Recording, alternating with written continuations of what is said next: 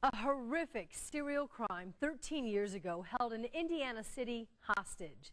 The fifth victim was the last, and now she's turning a tragedy into a platform to help others. Here's Eyewitness News anchor Andrea Moorhead with a woman you should know. The time that it is hard is when I walk out to the car and it's late. It was after 9:30 p.m. 13 years ago when Michelle Corrao's life changed forever. I was driving down my street and saw three guys walking down my street, and my gut told me don't go home. Or I was getting my things out of my car and I walked up to the door, and the next thing you know, I was on the ground. I have no idea what hit me, and I lifted my head to feel the warmth of the blood running down my face, and I heard a voice that said, "If you scream, I'll use this," as he shoved a gun to my face. So he dragged me to my backyard where I saw 4 other feet on the ground. Her hands tied, her eyes blindfolded, her mouth gagged.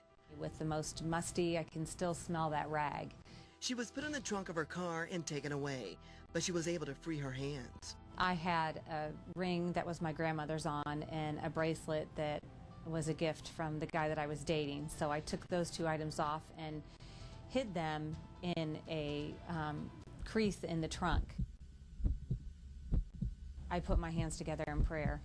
Michelle was beaten and repeatedly raped. I lost my life that night in that garage.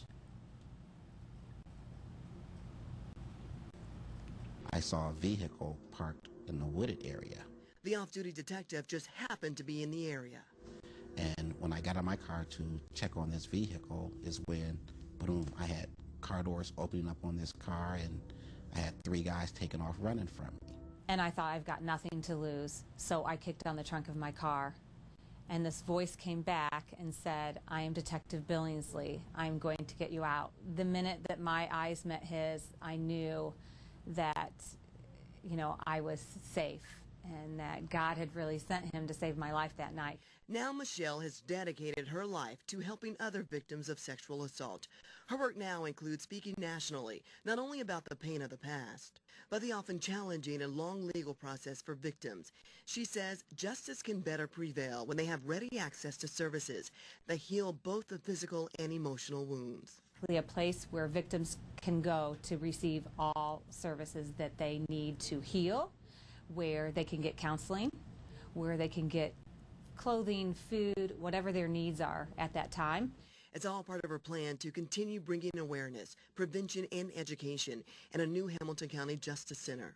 She knows how to help even the youngest of victims turn tears into triumphs that prevail, a crisis intervention center for victims of crime and abuse. To what I call Michelle a thriver. I mean, she is giving back. It takes special courage. It's that character that caught the attention of U.S. Attorney General Eric Holder, who presented Michelle with the Special Courage Award for her work on behalf of crime victims. She's the first recipient from Indiana. That's a huge honor, but I want other victims to be recognized and treated with dignity and respect and honor because they've been through a horrific event in their life.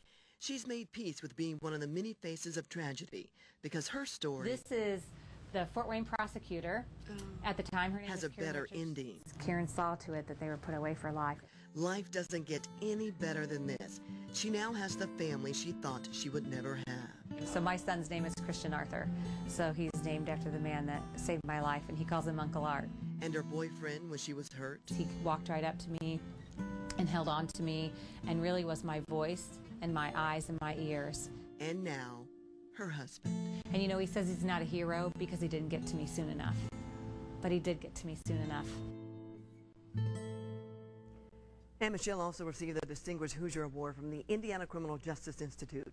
For more information about the Institute, Prevail, and the organization's annual Reds, Whites, and Blues fundraiser this Sunday, just go to our website at WTHR.com and click on News. And if you know of another woman whose story should be told, email me or find me on Facebook.